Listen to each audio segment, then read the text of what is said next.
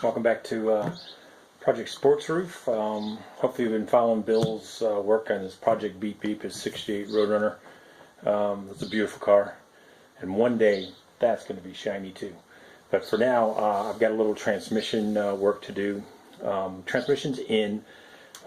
Didn't get a chance to video that because you know, when you have people come over to help you, you don't want to make them pause while you do your video, and we don't have a camera crew, so we're basically winging that. Got the transmission in, we got it lined up, but I've got some work to do underneath. Lost a couple bolts for the cross member. Hopefully you can see that.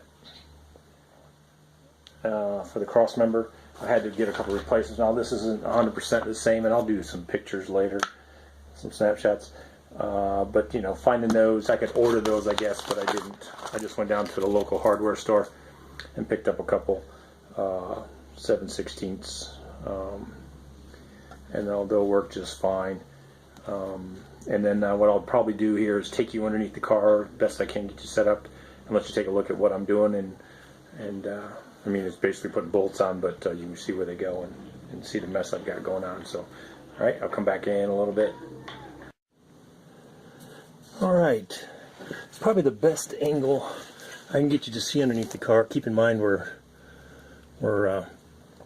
on the ground, on a hill. But I wanted to point out what we're looking at here. This is the cross member that holds the transmission up. And again, there's two bolts on the bottom here, and then there's two bolts on the side. You know, maybe I can get you around to see that. There we go. Oops. There's not a lot of room back here. So we'll rotate this way. And so you can probably see these here.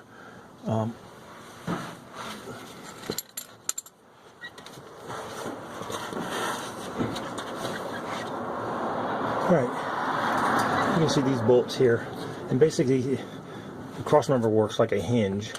You pull out one side and loosen the other side, it'll swing down.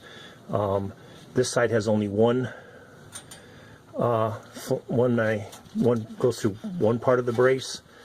The other side has a fork type brace, so it slides up over this membrane like this. And either one is fine, but I've got to get them bolted in. And again, there's nothing too fancy about that.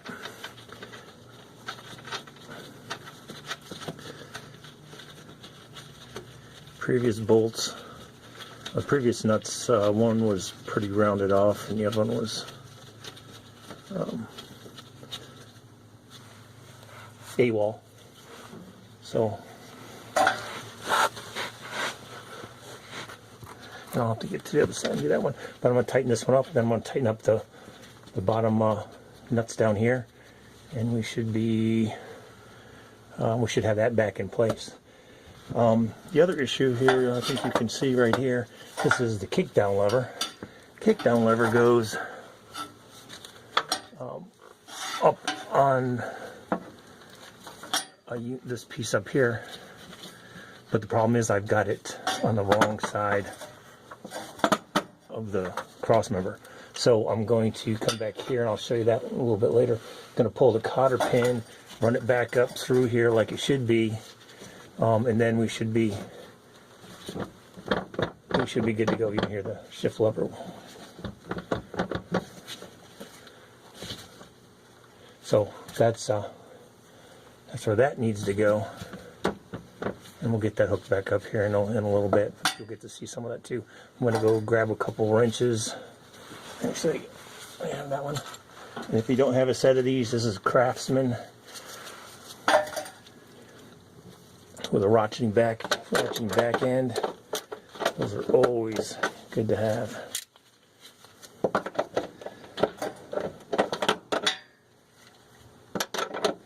Except they don't fit inside here.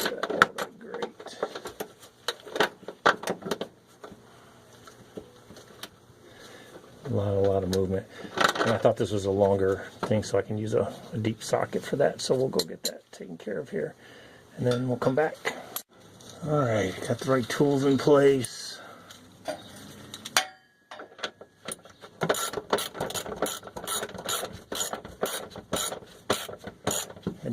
socket on this because it goes a ways.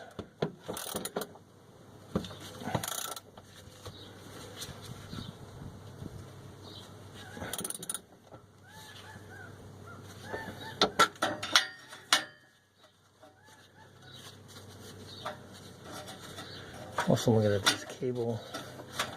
I like it running down here, but I think that's the way it went. Probably goes underneath this clip. Get it back over there. Just moved. Sorry for the noise, but all right.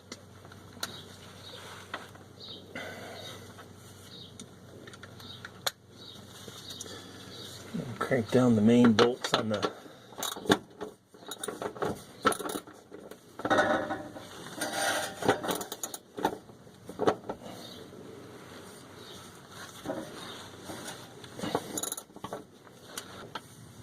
we'll come back and I'll show you this one. It's all bolted up.